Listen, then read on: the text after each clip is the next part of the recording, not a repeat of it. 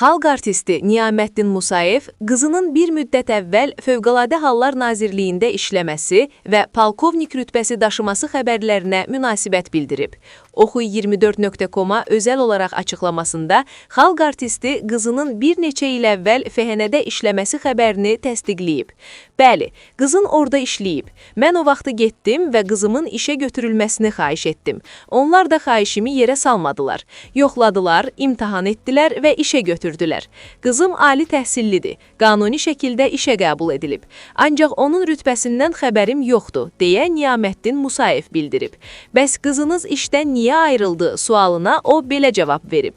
Qərar özünün oldu. Mən ona qarışa bilməzdim. Əlavə suallara cavab vermək istəmirəm. Bu söz-söhbətlər onsuz da məni yorub, deyə xalq artisti bildirib. Qeyd edək ki, Niyaməddin Musayevin qızı Röya Musayevanın FHN-də bir müddət vəzifə tutma xəbərini ilk olaraq Oxuy24.com saytı yaymışdı.